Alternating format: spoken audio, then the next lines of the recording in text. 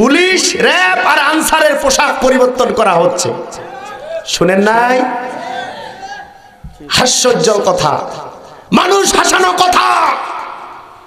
ভাইরা আমার, পোশাক পাল্টিয়ে কি হবে যদি ভিতরের মনুষ্যত্ব পরিবর্তন করা না যায়?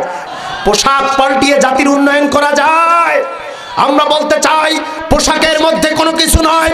আমরা চাই যেই পুলিশ, আর্মি, বিডিআর, যেই প্রশাসনের মানুষরা ঘুষের উপরে এতদিন বহাল ছিল, নির্যাতনের উপরে এতদিন বহাল ছিল, মানুষদেরকে পাখির মতো গুলি করতে যারা দ্বিধাবোধ করে নাই, এই সকল অমানুষদেরকে আগে বিচারের আওতায় আনতে হবে, তাদেরকে আগে পাল্টাতে হবে, তাদেরকে আগে পরিবর্তন করতে হবে, এরপর পোশাক পরিবর্তন করো, আমাদের কোনো আপত্তি নাই। বলেন কথা ঠিক কিনা? পোশাক পরিবর্তন করে আমরা কি করব? যদি তোমার ভিতরের পশুটা পরিবর্তন না হয়, যদি তোমার ভিতরে ঘুমন্ত পশুটা পরিবর্তন না হয়, তোমার মনুষ্যত্বের পরিবর্তন না হয়, তাহলে আমরা সেই পোশাক পরিবর্তন চাই না। আওয়াজ দিয়ে বলেন কথা ঠিক কিনা? এই পোশাক পরিবর্তন তখনই কার্যকর হবে, তখনই ফলপ্রসূ হবে, যখন এই পোশাকের পাশাপাশি আমরা আমাদের পশুত্ববোধ, আমাদের অমানসিকতা, এটার পরিবর্তন করতে পারবো। তখনই পোশাক পরিবর্তন এটা আমাদের কাজে আসবে, ভালো হবে। বলেন কথা ঠিক না ঠিক?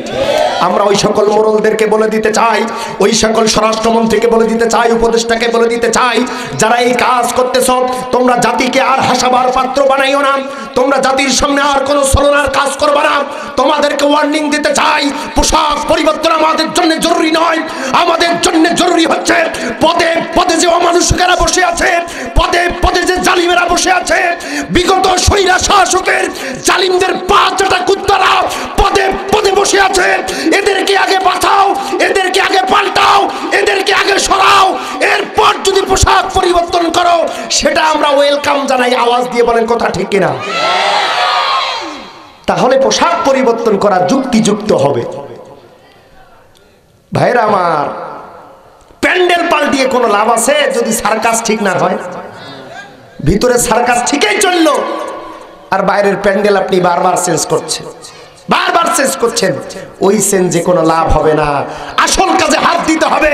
যেই জায়গায় হাত দিলে জাতি বাঁচবে, যেই জায়গায় হাত দিলে কোরআনের আইনের উপরে কোনো আঘাত আসবে না, যেই জায়গায় হাত দিলে পরে কার্যকর ভূমিকা পালন করা হবে, দেশের উন্নতি হবে, দেশের উন্নতি হবে, এই জাতি উপকার পাবে, জাতি মুক্ত পাবে।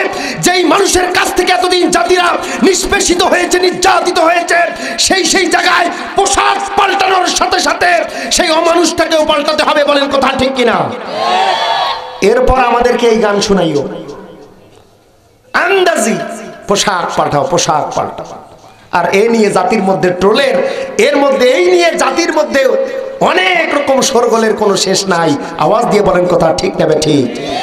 আল্লাহ পাক রব্বুল আলামিন কোরআনুল কারীমের মধ্যে বলেন, قد أفلح من تزكى।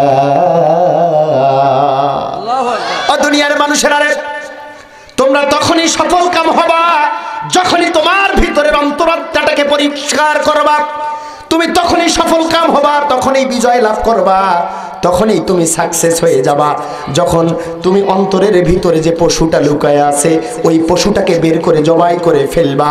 যখনই তোমার ভিতরে অমানুষটাকে তুমি বের করে ফেলতে পারবা, তোমার আত্মাটাকে পরিবর্তন করতে পারবা, ভালো করতে পারবা, তখনই তুমি সফল হয়ে যাবা। বলেন আল্লাহু আকবার। আল্লাহ পাক পোশাক পরিবর্তনের কথা বলে নাই, বলেছে কদ আফলাহা মান তাযাক্কা। তোমার অন্তরটাকে পাল্টাও, অন্তরটাকে পরিষ্কার করো। যেই অন্তরটা কোনো ডিটারজেন্ট পাউডার দিয়ে পরিষ্কার করা যায় না, আওয়াজ দিয়ে বলেন মুসলমান ঠিক কিনা? সেটা পরিষ্কার করতে হলে আল্লাহর জমিনে আল্লাহর কোরআনের আইন বাস্তবায়ন ছাড়া এই জাতির ভাগ্যের কখনো পরিষ্কার আর উন্নতি হতে পারে না। বলেন কথা ঠিক না ঠিক? বিগত 53টা বছর অনেক ধুইছেন, অনেক ধোয়াধুয়ি করছেন, অনেক কাইছেন, এই জাতির ময়লা পরিষ্কার হয়েছে। বরে আরো মরিচিকা এমন ভাবে বসছে যে মরিচিকা এখন হামুর দিয়ে যদি বাড়ি দেন, লোহা দিয়েও যদি বাড়ি দেন, তাও উঠতে চায় না। এখন এই মরিচিকাকে উঠাতে হলে, ডিলেট করতে হলে, এই জাতিটাকে ভালো করতে হলে, কদ আফলাহা মান তাযাক্কা, জাতিকে পরিষ্কার করতে হলে হলে এই কোরআনুল কারীমের আইন, এই কোরআনের বিধান, এই কোরআনের পার্লামেন্ট ছাড়া বিকল্প আর কোন রাস্তা আমাদের সামনে খোলা নাই। আওয়াজ দিয়ে বলেন কথা ঠিক না বেঠিক? এই রাস্তা আগামীতে তৈরি করতে আপনারা রাজি আছেন ইনশাআল্লাহ? কারা কারা রাজি আছেন? এই গভীর রাতে দুহাত ছেড়ে আল্লাহকে দেখায় দেন।